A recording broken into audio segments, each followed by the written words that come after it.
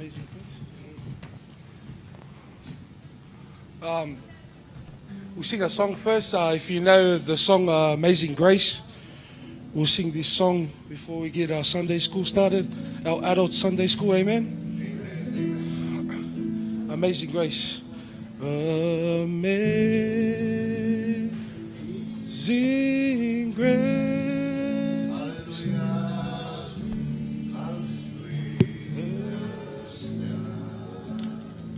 That saved a wretch like me.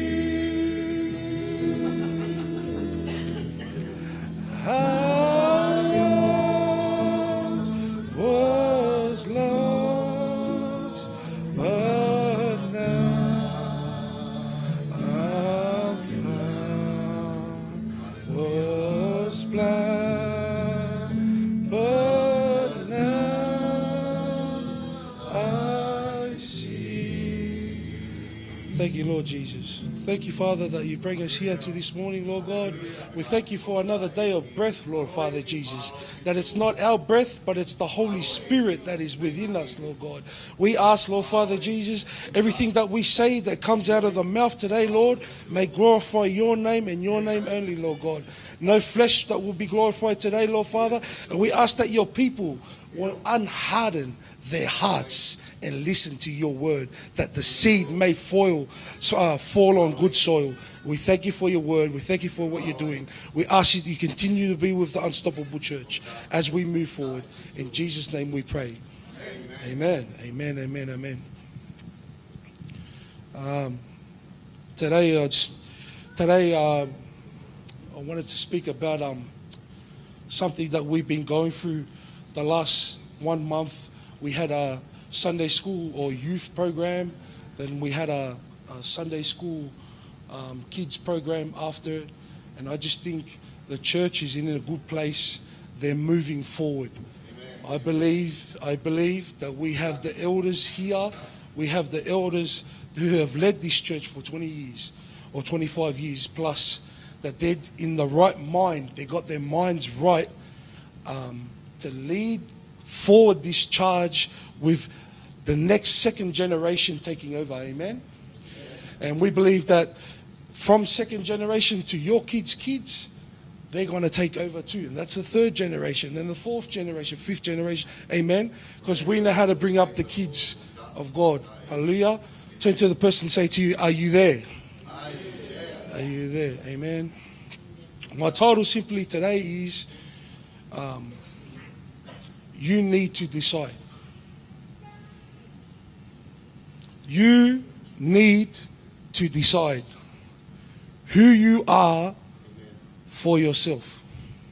Let me say it again. You need to decide who you are for yourself. Are you what people say you are? Or are you what Jesus says you are? Do you let people dictate and let them tell you what you are? Or do you let the Bible tell you what you are in Christ? Amen. And so we have a generation that is confused who they are, their identity. One thing the old generation understands, they understand the very first thing God said, He created man in His image. Us younger ones, we don't know. So I want to make sure that we go into it so we understand fully who we are in Christ. So that way, if the devil uses someone else to come up to you and try to put you down or try to say you're not worthy, you know who you are in Christ. Amen? Amen. So I just want to talk a little bit where our books, if you got your Bibles there, where we're going to be on one chapter today. So I will continue next week what we were speaking about the previous weeks, but I felt like the younger generation, just for encouragement for you guys to press on and keep doing what you're doing. And remember, even though you come in here, no one says, oh, good work, son. Remember, God ticks, God keeps score. Amen? God keeps score. So you're not here for no reason. You're here for a divine purpose. God knows you. You are the apple of his eye. Every single person is an individual person that knows God, and God knows you by name. He knew you while you were still in your mother's womb. Amen? So we know that he loves you unique, just on your own. He doesn't love you when you have like 4 or 5 people around you. He loves you on your own. He knows that your name is Yusuf. He knows that your name is Honor. He knows that your name is Val. He knows that your name is Moni. He knows you individually. And what I'm trying to say today is the devil comes to steal, kill, and destroy, and he is a liar. Amen? So today we're going to be speaking of the book of Timothy, 1 Timothy, chapter 1. Now this is my deepest respects. I've been taught, even when we were back at Wiley Park, even when we had underneath Shonolo here, we were told, even with Nasoni, I used to look at him preach the word of God. We used to know that he acknowledged the people who have gone before him. Amen? So I just want to acknowledge all you elders and the pastor and the first lady for giving the younger generation an opportunity to speak. Amen? And I just want to talk about this because if you could just open your heart a little bit, you could understand what your kids' cry is. So we understand in Tonga, whakaapa and respect is one of the most first things that you have to have as a Tongan. Amen? So we understand there's a Palangi way and there's a Tongan way. Amen? So now we're trying to break it down in these terms. We thank you that you bring us to this country. Amen? Because if you were, we wouldn't have the opportunities that we have unless you bring us from Tonga. I remember my uncle who raised me, Sitilahi, said when he first came here, he knew his friend from back in Tonga. He got him a job, and they used to put fix cars. They used to put cars together. And he said that he used to stay at the house, but the wife used to take his pay every week. And if he argued about sending some money to Tonga, she said, I'll ring the immigration for you. And just to see the struggle from them coming from there to here, and we're making the transition. Amen? So what I want to say today is this is Paul speaking to Timothy, and we have an issue here. See, when we talk about mythologies, or we're talking about ancestors and bloodlines, we think like the Jews said. Like the first thing I remember the Pharisees said to Jesus was, we are the seed of Abraham. Who are you to talk to us? We are the seed of Abraham. And what Jesus was saying is, it's no longer in your bloodline. You have to be baptized by what? The Holy Ghost. Now, when we speak about a man named Nicodemus, he is one of the smartest leaders for the Israelites, or if not the smartest. He says, you are a teacher of Israel. You are the teacher of Israel, but you do not understand the things of the kingdom. So meaning you represent the whole people, but you do not understand the words of the kingdom or the kingdom way. You do not understand. We don't born with water, we're born with the Spirit. Amen? And so I just want to make a little bit in context. So here he is talking from verses 3 to 8, 1 Timothy chapter 1, verses 3 to 8. He says, in context, so myths are like traditions or like things that they make inside on top of the scripture. So we say, no working on Sunday, but you ironed your shirt this morning. Amen? Amen? Amen? Yeah, come on. Yeah. You didn't iron it yesterday, you ironed it this morning. But this is what I'm trying to say. That wasn't in the law. So what I'm saying is they made other stuff on top of what it was. So the Lord said rest, meaning so you understand you have energy from Monday to Sunday, next Sunday, instead of being tired on Monday. Amen? And that was the point of having rest. But then they went and made little things on top of it and said, oh, you're not allowed to work. Oh, look at your disciples. They're picking thorns. And amen. So there's another 600. The sad truth is they made another 600 rules on top of one rule. So they said you're allowed to walk 2,000 steps. But if you walk 2,001 steps, you're breaking the law. Now that's silly. Yeah? Let's be sober. Let's talk. Let's talk about the deep mysteries of God. Amen. So we're not talking about, I don't want you to get lost in that.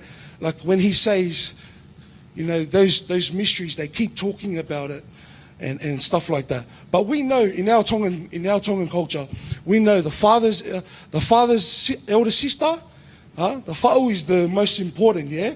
We understand that she has the right to say whatever in the funeral or the birthdays, amen? So we understand that. But now the thing I want to speak today about is age. So we can't find that biblical stuff about women having power over men, amen? We know we're all equal. He made man and he made women. He didn't say man has power over women. Actually, we know how household the man holds the thing. But what I'm trying to say is we're all equal in his image. Do you get that? Do you just get it? I've still got you, or he's a bit, yeah? All good? So we're made, he made male and female, yeah, in his image. So we're all the same, right? So I'm not talking about order, yeah? But now I'm going back to age, because it does say in the word, it does say that you have to submit to your elders. It does say, let parents discipline your child and bring him up in the ways of the Lord, so he will never depart from it. Amen? But what I'm trying to say is, when we say the Bible says discipline, does that mean you grab a stick and bite him? No. It didn't say that. Grab a stick and hit him every time he does wrong. It said discipline. Amen? Do you know what the meaning of discipline is? Discipline? You're grounded. You go sit in the corner. Go sit in the corner for a while. You done a mistake. But it doesn't say that you can actually hit them. Amen? Yeah?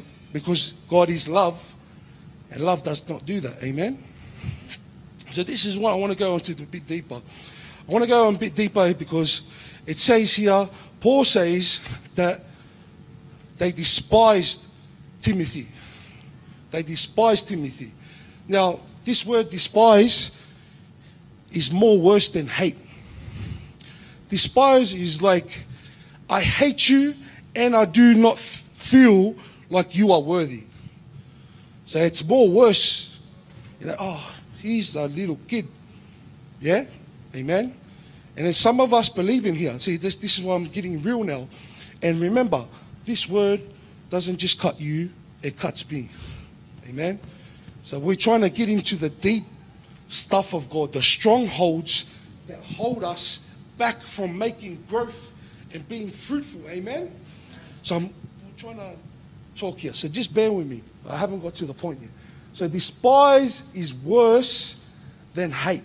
It means that you look at that person with contempt and you say that that person is unworthy already. Why? Because of his or her age. Amen? Well, I'm not trying to condone and trying to say that a 7-year-old can come up here and have the mic. I'm not saying that. Amen? I'm saying we've got to acknowledge when God is doing something in that person's life. Amen? We know Samuel, yeah? We understand. When he heard the voice, he went to where? Eli. Eli said, if he comes back again, ask him, what do you want, Lord? Amen? That's God. Who's speaking to Samuel? Who? God? Or is it just a voice in the air? Who's speaking to Samuel at that time? God. So we have to acknowledge, like that. That's why I'll give you some respect for all my elders here who have input in my life. Amen? Because they understand not to say, oh, go away, you little kid, and go sleep. But they say, next time you hear that voice, ask him, what does he want? Amen? I thank Sulaki family. I remember Te Lua. He was a very good man that understood young people. He never talked to me like I was a kid. You understand what I'm trying to say? He made me feel honorable, and he made me want to be an adult. So meaning you need to wake up to yourself and move forward. Amen? So I thank God that we have people like this that have patience. Can someone turn to your neighbor and say, have patience? Have patience. Have patience. Amen? So it's not trying to give them a thing, ultimatum. They have to do this. They have to do this. They have to do this. It's understanding that they're a vessel being used by God, but then again they need a little guidance, little help. Amen. So that's what I'm talking about today. So the message today is for us adults. So I'm giving you a challenge for us adults as well. Us adults to understand, to go into the kingdom, to receive the kingdom, you must.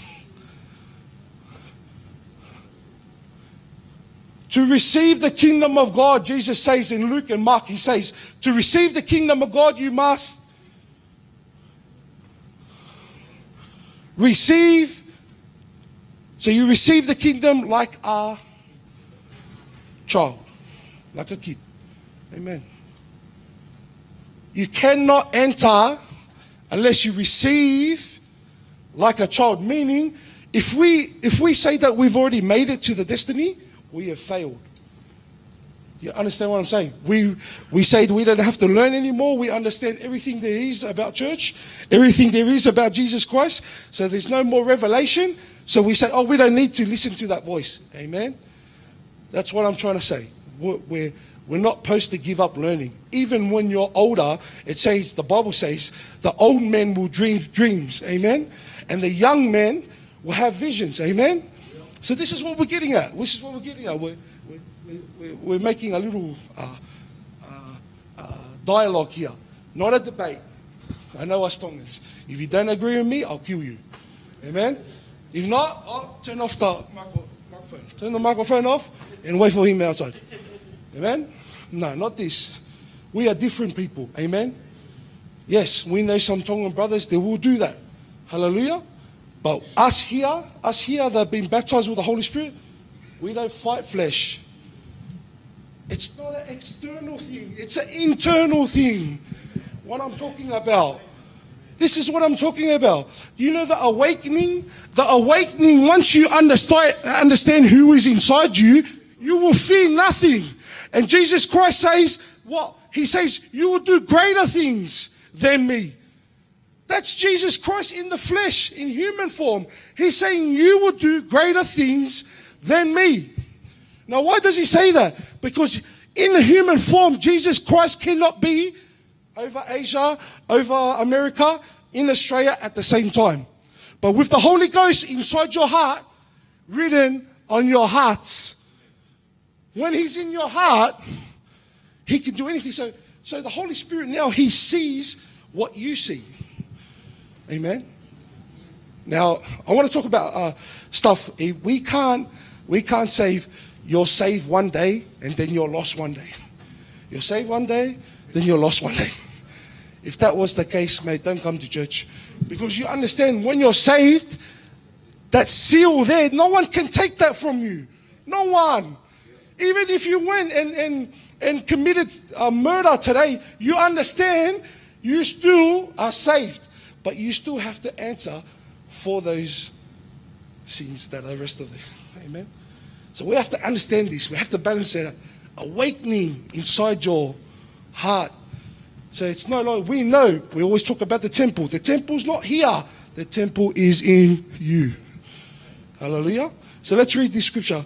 I think I took too much time on that. But yeah, this is the letter to Timothy. So Timothy is having a hard time. Paul went with Timothy to Ephesus. He leaves in charge of the church. He leaves to Macedonia. He hears what's going on because some of the elders are saying he's too young. he's not worthy, or they despised him. The word despise. Youth, let me tell you, do not let anyone despise you. Amen. If God is speaking to you or speaking through you, you know that it's greater that he that is in me than he who is in the world. We're not talking about Holy Spirit like when we all clap and then, the Holy Spirit's coming. No, that's not the Holy Spirit. I want to speak my respect to our grandmother Muffy. Once, it's like a ripple. If you put a stone into the water and the ripple that goes out, you know that in your soul it touches you. He's speaking to you. Amen. If you chuck a big rock into that water, you could feel the ripple go out. So we understand when someone is speaking, that's how does faith come by? Hearing the word. So when you hear the word, your soul, you can hear. And now, in your parts, there's some war going on. Paul says, in my parts, I am sinful. But with my mind, I serve the Lord Jesus Christ. It's your mind that's important. Your mind. If you think that you're unworthy when you go back tomorrow and then you fall short again, and you say, oh, wow, on Sunday I received God, and now we're going back to the same thing. So I want to talk about the deeper stuff of Jesus Christ, amen? So what we do is we draw people to the cross. This is the cross. People receive the cross, but then no one shows us how to live as the church after the cross. So you get all these people coming through and you might see in YouTube, you might look in YouTube, and you might see thousands of people in churches, and you think, wow, we're really winning for the kingdom. But you don't know that all of those ones that go through, how are we saved? By faith. By faith. It's your faith that saves you. So what does Paul say? He goes, hold on to that faith to the end. The only person who can steal your seal is yourself. So we get all these people coming to Christ. They come to the cross, and then once they receive the cross, discipleship.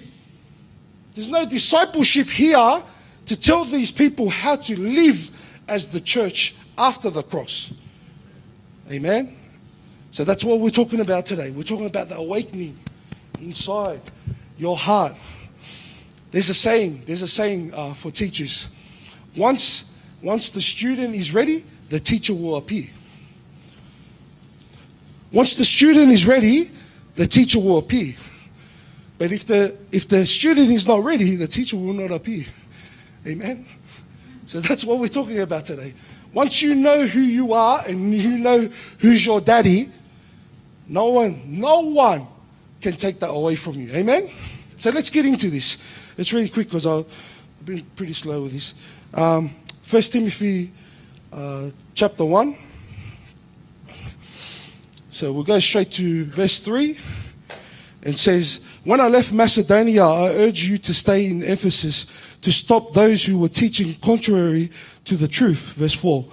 Don't let them waste time on endless discussions on myths and spiritual things, meaningless speculations which don't help people live a life in faith. Amen. So we're talking about if you keep talking about you're saved one day, you're lost one day, you have to work to get to it, or you're still smoking, you're still drinking, that is nothing to do with the cross. Paul says we're wasting time talking about all this stuff. If we just tell people how to live once they've received salvation, to live as the church after the cross, we will have too many people in the church. Amen. This is what he's telling us. He's giving us he's telling you this is the secret.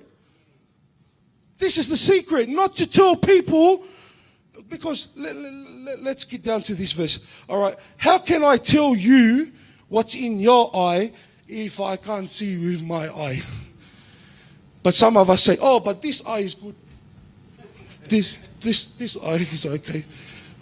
No, what he's trying to say is deeper. There's a deeper meaning what Jesus means by that. He means if you can fix yourself first, you can fix your brother's eye too.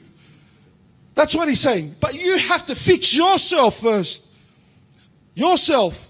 There's no point pointing to the brother. You have to fix yourself first. So there's a deeper meaning there. And then if we go there, it says, these people, the purpose of my instruction is that the believers would be filled with love that comes from a pure heart, a clear conscience, and genuine faith. But some people have missed the whole point.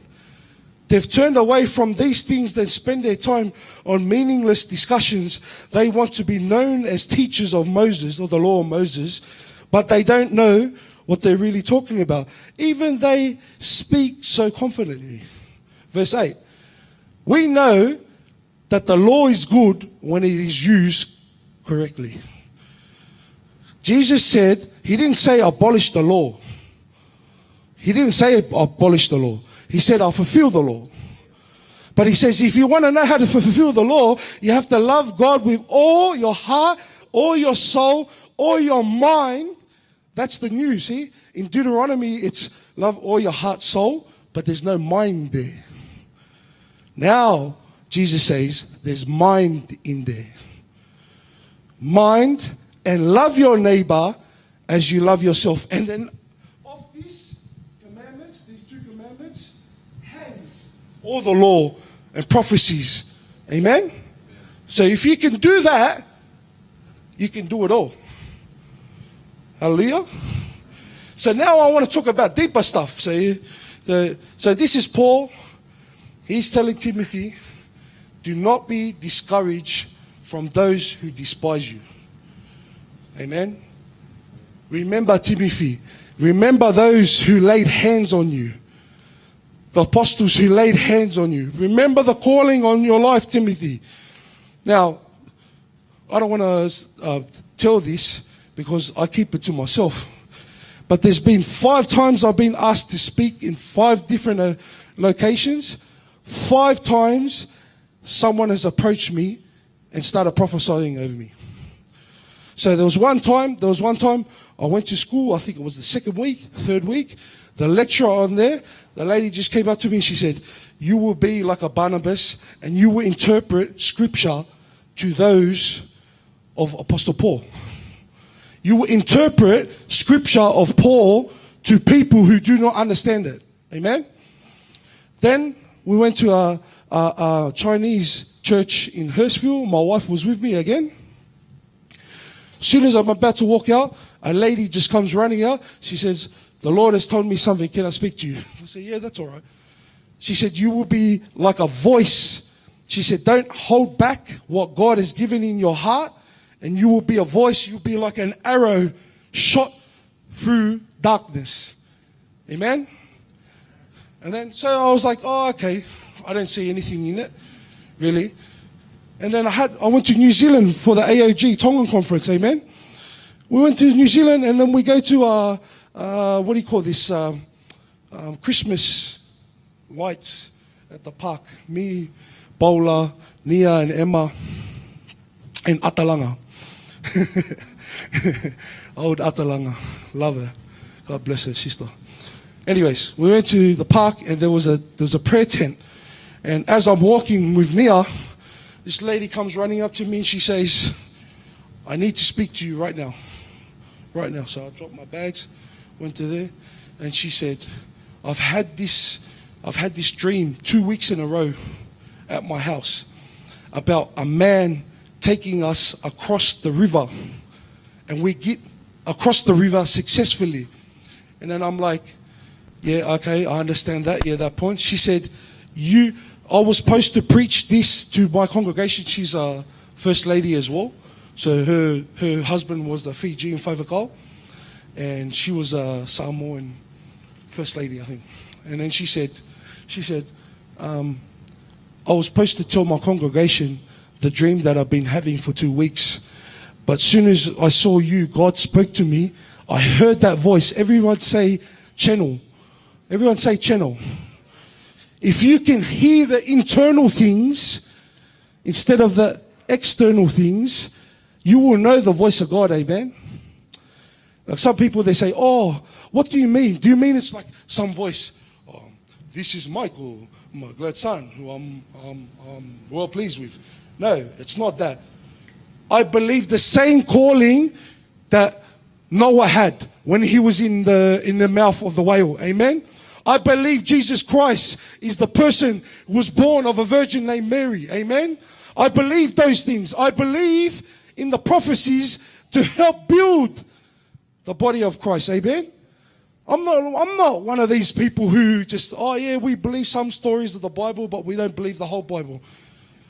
Please, if I was to tell you the real Bible, you wouldn't like the church. Amen? That's what the first thing the teacher tells you when you come through the door. If I tell you the meat things, not the milk, if I tell you the meat things, you will not have faith in Jesus Christ. Amen? Because it's more real.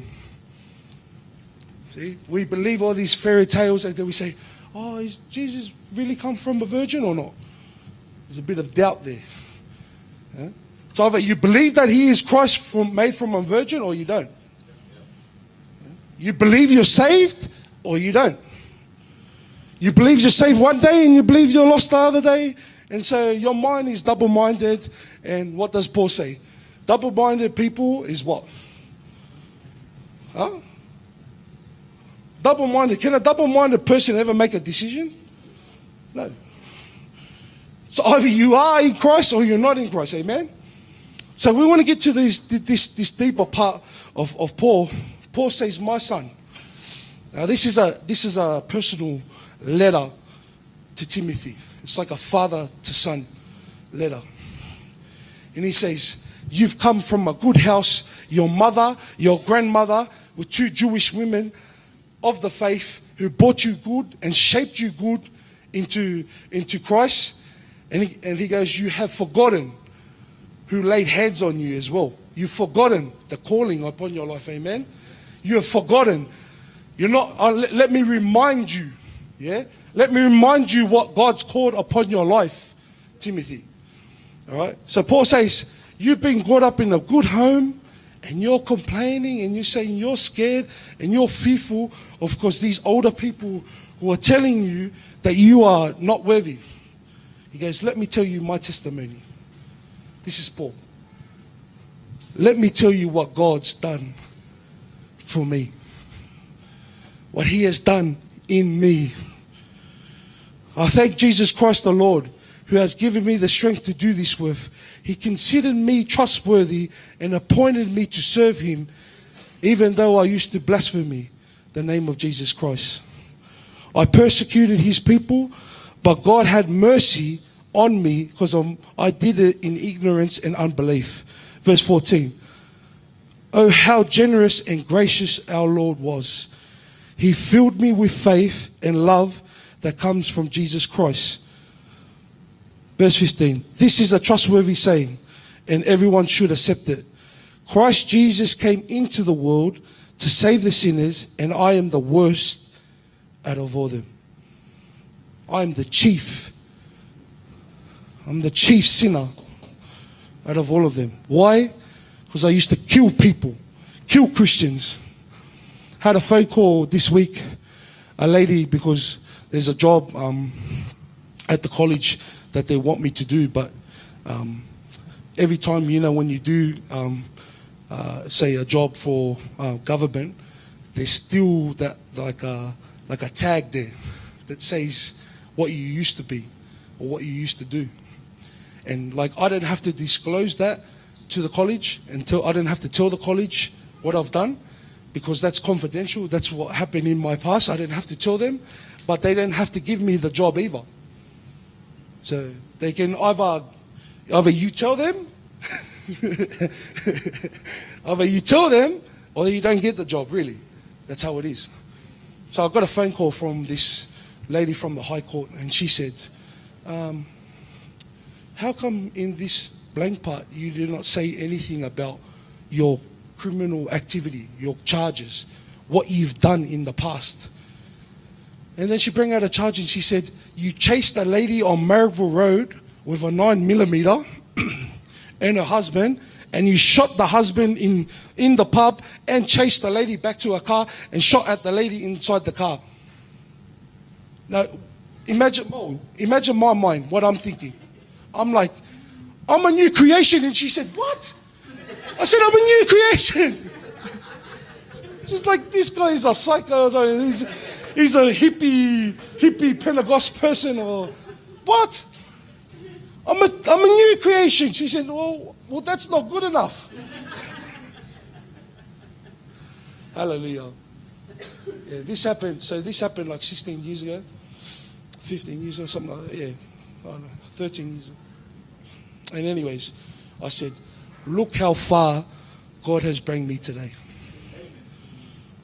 Brothers and sisters, little kids down there, yous are crying because mum and dad is leaving you at home. And then you come and you're crying about setting up the chairs. Let me tell you my testimony. Where God's bring me from. You know? And I'm not trying to be hard on you, my younger brothers and sisters. I'm trying to make you grow to understand God has chosen you. You don't have to worry about what anyone says. Hallelujah. This is what God has done for me. This is what God's done for me. I don't know what He's done for you, Timothy, but this is what God has done for me. And if you're crying about what's going on and all of that, remember how far I was the chief. The chief. Not, remember I told you Nicodemus was the smartest. He was one of the smartest, or if not the smartest, because it says he was the teacher of Israel. So when it says he was the teacher of Israel, he was the main man. He was the main man. And now what I'm saying today is, I was the main man back in the day too. I was. And if you said to me, like a joke or something, I will put you through the wall. That's how it was. But do you see what I mean? I was controlled by demons. Amen? And all those strongholds, I'm telling you now, brother and sister, the more you let go, the more awakening Jesus Christ, the Holy Spirit is within you. You are a new creation. And no one can say nothing about you, because you know what God has done in you. Hallelujah. You know, and I'm saying, I know a lot of the times, our younger people, we get anxiety and worries and stuff. But let me tell you, your brothers and sisters in Christ around the world are getting persecuted, getting their heads chopped off, underground. And we're sitting here crying about filling up the chairs for Sunday.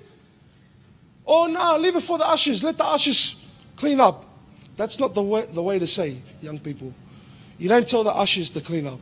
They're important to the body too. But also what I'm trying to say to you elders as well, for our younger ones, Paul says the body of Christ, the least of the body, the part that you think that is not important, is the most honorable part of the body. Have a heart. Have a heart. Have a heart, elders. You know, have a heart for them. Just like my father-in-law, Telua. Have a heart. Have a heart for the young people and know how to nurture and talk to them. Oh, here's a tissue box for you. Mia, just wipe your tears in. No, come on. Let's. Mia, can you come here a second? Can you come here a second? Let's get behind these youths. Let's encourage them and let's cheer them on so they can make it through. Wait. Move that. Now you can go. Now you can go. And let's help the youth, amen. Thank you. Sorry. Amen. Let's help the younger ones, amen. So can I get the younger ones to come up here? We're going to sing a song, and then I'll say the last end of the part of today. We'll be back to normal next week. Children, fathers and parents, you know, I want to give you something to the youth, just to help them out. With the youth, if you want to understand what is love, what's the difference between obeying God and not obeying God. When you read this Bible, when you read your Bible, you have to say, is that person preaching it like a Pharisee, or is he preaching it like Jesus would? Because you remember, there ain't no one that quoted scripture like Jesus Christ. When he spoke the Old Testament, there was no New Testament when Jesus Christ and the apostles were here. There was no New Testament. It was only the Old Testament. And he quoted the Old Testament. And so some Pharisees, they came and the scribes and the teachers, and they bring the adulterous lady, and they said, Moses says to stone her. But what do you say? Now, we can sit here and say Jesus Christ was a lawbreaker, or he fulfilled the law. One of the two. What you choose to say, Jesus, is he love? Yes, he is. Amen? And I just want to say to you today, that's how you read the Bible. You can either say, is this hate? When you read it, if someone's reading it and say, to hate their neighbor, you know that's not from Christ. Amen? You know that's not from Christ. And that's the thing I want to give to you younger ones today. You want to discern, you want to know, you want to tell that awakening inside of you, you want to tell that the Holy Spirit, you can discern who's a good tree and who's a bad tree. You will know. By your fruits, they will know. Amen? So that's what I'm trying to tell you, younger ones. It's either you say, cast the first stone, he who hath not sinneth, or let's do it together. Let's all get together in the body of Christ and help these younger ones. Yeah? Amen? Help these younger ones. Amen? Hallelujah? Because one day, I'm 34 years of age. Another 6 years, I'm 40. And there's some of you, you think that you have to be on a stick or some pills to be holy. No. I was saved back then, 2006, 2005. I was still saved then. But what happened was someone stole something off me and told me you're not worthy to serve the Lord. And the Lord Jesus Christ met me when I was running with my filth, with the mud on me. And he said, Son, here's the ring. Here's the sandal, son. Here's the coat. Let's get the fatted calf out. Let's celebrate. And the thing is, I want to tell you, the older brother was in the fields. And the older brother was the one that stayed. Alright? So we have a son that came back. Now we have another son who never left. He comes up and he says, your son? To his dad. He didn't realize what he was saying. He was saying what his younger brother said when he said, give me my inheritance. He said, your son, not my son, your son. Your son went away and spent all his money, and now he comes back, you give him the fatted calf? Hallelujah. And it says, the Bible says, because we know when we done our verses, it doesn't have a verse 33. It doesn't say whether the older brother came in or not. But one thing it did say that the lost son came back. But it didn't say the older one that was in the house, whether he came in or not. That's the message for today. And it's not a fleshly battle. The awakening is inside of you. He who is greater, the great I am is in you. The Jesus Christ of Nazareth is in you. The Jesus Christ that is seated at the right hand side of the Father is in you. The Holy Spirit, Abba, Daddy, Father, that same Holy Spirit is in you.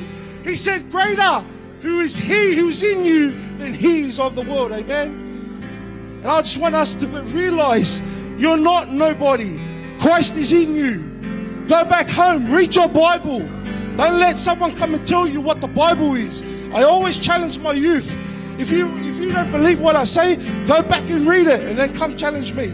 Because that's how we get better. Amen? So I want to sing this song, and I just remember, it's a seven word, the first sentence is 7 words. And then we have 11 words on the next one. So 7-11. 24 hours. God's got your back. Amen. And it's not me that fights now. It's He that fights inside me. Amen. I'll say a prayer after this song.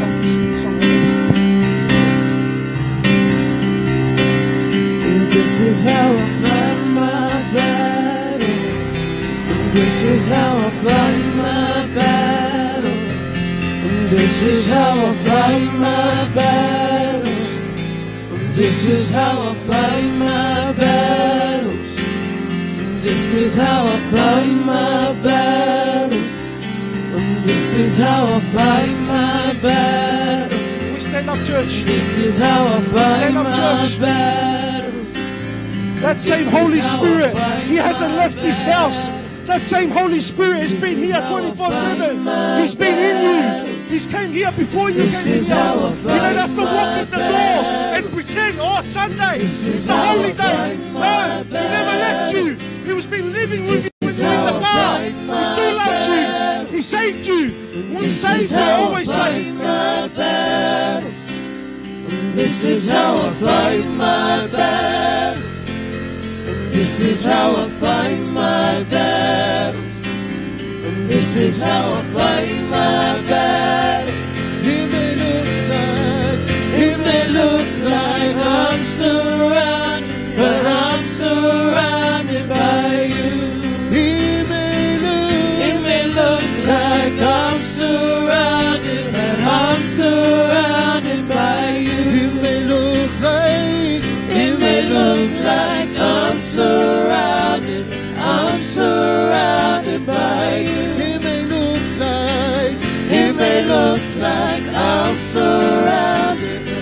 surrounded by you. This is how I fight my battles. This is how I fight my battles.